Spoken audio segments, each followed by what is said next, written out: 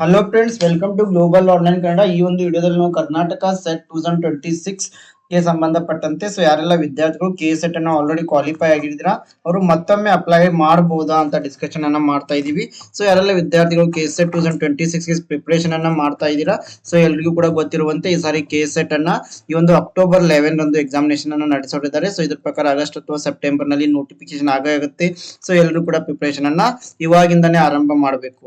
ಹಾಗಾದ್ರೆ ಎಲ್ಲ ವಿದ್ಯಾರ್ಥಿಗಳು ಕೆ ಸೆಟ್ ಅನ್ನ ಇಲ್ಲಿ ಆಲ್ರೆಡಿ ಪಾಸ್ ಆದವರು ಮತ್ತೊಮ್ಮೆ ಪರೀಕ್ಷೆಗೆ ಹಾಜರಾಗಬಹುದು ಅಂತ ಕ್ಲಿಯರ್ ಆಗಿ ಕೊಟ್ಟಿದ್ದಾರೆ.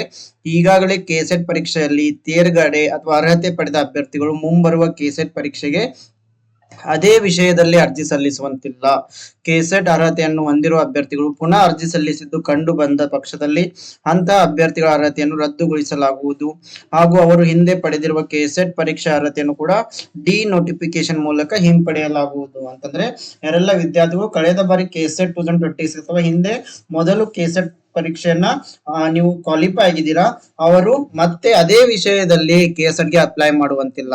ಉದಾಹರಣೆಗೆ ನೀವು ಕಳೆದ ಬಾರಿ ಕನ್ನಡ ವಿಷಯದಲ್ಲಿ ಕೆಸೆಟ್ ಅನ್ನ ಕ್ವಾಲಿಫೈ ಆಗಿದ್ರೆ ನೀವು ಅದೇ ವಿಷಯದಲ್ಲಿ ಮತ್ತೆ ಅಪ್ಲೈ ಮಾಡುವಂತಿಲ್ಲ. ಒಂದೊಂದು ವೇಳೆ ನೀವೇನಾದ್ರೂ ಡಬಲ್ ಡಿ ಪೋಸ್ಟ್ ಗ್ರಾಜುಯೇಷನ್ ಅನ್ನ ಪಡೆದಿದ್ರೆ, ಉದಾಹರಣೆಗೆ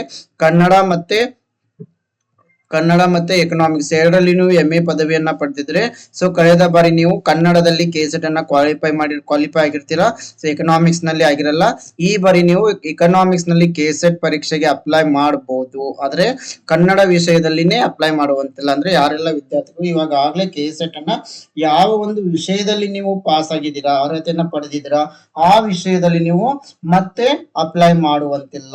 ಆದ್ರೆ ನೀವು ಇನ್ನೊಂದು ಪೋಸ್ಟ್ ಗ್ರಾಜುಯೇಷನ್ ಡಿಗ್ರಿಯನ್ನು ಹೊಂದಿದ್ರೆ ಆ ವಿಷಯದಲ್ಲಿ ನೀವು ಖಂಡಿತವಾಗಿಯೂ ಮತ್ತೊಮ್ಮೆ ಕೆಸೆಟ್ ಗೆ ಅಪ್ಲೈ ಮಾಡಬಹುದು.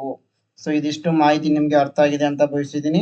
ಇದ್ರ ಜೊತೆಗೆ ಯಾರೆಲ್ಲ ವಿದ್ಯಾರ್ಥಿಗಳು ಕೆಸೆಟ್ 2026 ಗೆ ಪ್ರಿಪರೇಷನ್ ಅನ್ನ ಮಾಡ್ತಾ ಇದ್ದೀರಾ, ನಿಮ್ಗೆಲ್ಲ ಗೊತ್ತಿರುವ ಹಾಗೆ ಪೇಪರ್ 1 ಪೇಪರ್ 2 ಅಂತ ಎರಡು ಪತ್ರಿಕೆಗಳು ಇರ್ತಾ ಇದಾವೆ.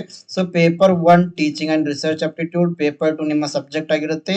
ಇಲ್ಲಿ ಪೇಪರ್ 1 ಗಾಗಿ ನಾವು ಕಂಪ್ಲೀಟ್ ಕೋರ್ಸ್ ಅನ್ನ ಆರಂಭ ಮಾಡಿದೀವಿ. ಇದು ಇವಾಗ ಆಗ್ಲೇ ಆರಂಭ ಕೂಡ ಆಗಿದೆ. 15 to 2026 ನಿಂದನೇ ಆರಂಭ ಆಗಿದೆ. ಇವಾಗ ಮತ್ತೆ ನಾವು ಹೊಸ ಬ್ಯಾಚ್ ಅನ್ನ ಕೂಡ ಆರಂಭ ಮಾಡ್ತಾ ಇದೀವಿ. ಈ ಒಂದು ಬ್ಯಾಚ್ ನಲ್ಲಿ ನಮಗೆ ಕಂಪ್ಲೀಟ್ ಥಿಯರಿ ಲೆಕ್ಚರ್ಸ್ ಅನ್ನ ನೀಡ್ತಾ ಇದೀವಿ, ಕಂಪ್ಲೀಟ್ MCQ ಲೆಕ್ಚರ್ಸ್ ಗಳನ್ನ ಕೊಡ್ತಾ ಇದೀವಿ, 50 ಮಾಕ್ ಟೆಸ್ಟ್ ಗಳನ್ನ ನೀಡ್ತೀವಿ, ನೋಟ್ಸ್ ಅನ್ನ ಕೊಡ್ತೀವಿ, 5000+ MCQ PDF ಅನ್ನ ನೀಡ್ತೀವಿ, ಎಲ್ಲ ಪ್ರೀವಿಯಸ್ ಇಯರ್ ಕ್ವಶನ್ ಪೇಪರ್ಸ್ ಗಳನ್ನ ಸಾಲ್ವ್ ಮಾಡ್ತೀವಿ, ಮತ್ತೆ ಕೆಲವು ಮಾಡೆಲ್ ಕ್ವಶನ್ ಪೇಪರ್ಸ್ ಗಳನ್ನ ಕೂಡ ನೀಡ್ತಾ ಇದೀವಿ. ಈ ಒಂದು ಕಂಪ್ಲೀಟ್ ಕೋರ್ಸ್ ಇಂಗ್ಲಿಷ್ ಮತ್ತೆ ಕನ್ನಡ ಎರಡು ಲ್ಯಾಂಗ್ವೇಜ್ ನಲ್ಲಿ ನಿಮ್ಗೆ ದೊರೀತಾ ಇದೆ. ನೀವು ಜಾಯಿನ್ ಆಗಲು ಗ್ಲೋಬಲ್ ಆನ್ಲೈನ್ ಆಪ್ ಅನ್ನ ಪ್ಲೇ ಸ್ಟೋರ್ ಡೌನ್ಲೋಡ್ ಮಾಡಿ ರಿಜಿಸ್ಟರ್ ಮಾಡಿ. ಇಲ್ಲಿ ಸ್ಟೋರ್ ಅಂತ ಇರುತ್ತೆ, ಸ್ಟೋರ್ ನಲ್ಲಿ ನೀವು ಕೆಸೆಟ್ 2026 ಅಂತ ಟೈಪ್ ಮಾಡಿದ್ದೆ ಅದರ ಅಥವಾ ಕೆಸೆಟ್ ಪೇಪರ್ 1 ಅಂತ ಟೈಪ್ ಮಾಡಿದ್ರೆ ಒಂದು ಕಂಪ್ಲೀಟ್ ಕೋರ್ಸ್ ನಿಮಗೆ ಇಲ್ಲಿ ವಿಸಿಬಲ್ ಆಗ್ತಾ ಇದೆ. ಒಂದು ಆಪ್ ನಿಂದ ನೀವು ಜಾಯಿನ್ ಕೂಡ ಆಗಬಹುದು. ಅದೇ ರೀತಿಯಾಗಿ ಯಾರೆಲ್ಲ ಪೇಪರ್ 2 ಗಾಗಿ ನೋಟ್ಸ್ ಅಥವಾ MCQ ಸೆಟ್ ಅನ್ನ ಬಯಸಿದ್ರೆ ಅದಕ್ಕೂ ಕೂಡ ನಾವು ನೋಟ್ಸ್ ಅಂಡ್ MCQ ಸೆಟ್ ಅನ್ನು ಕೂಡ ಕೊಡ್ತಾ ಇದೀವಿ.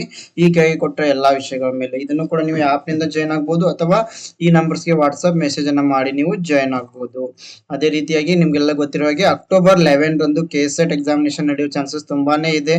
ಇದ್ರ ಪ್ರಕಾರ ಆಗಸ್ಟ್ ಅಥವಾ ಸೆಪ್ಟೆಂಬರ್ ನಲ್ಲಿ ನೋಟಿಫಿಕೇಶನ್ ಆಗುತ್ತೆ. ಎಲ್ಲರೂ ಕೂಡ ಇವಾಗಿಂದಾನೇ ಈ ಒಂದು ಪೇಪರ್ 1 ಗೆ ಪ್ರಿಪರೇಷನ್ ಅನ್ನ ಆರಂಭ ಮಾಡಿ ಅಂತ ಹೇಳ್ತಾ, ಹೆಚ್ಚಿನ ಮಾಹಿತಿಗಾಗಿ ಗ್ಲೋಬಲ್ ಆನ್ಲೈನ್ ಕನ್ನಡ ಅಂತ ಟೆಲಿಗ್ರಾಮ್ ಗ್ರೂಪ್ ಕೂಡ ಇದೆ, ಜಾಯಿನ್ ಆಗಿ. I wish all the best to all. Thank you.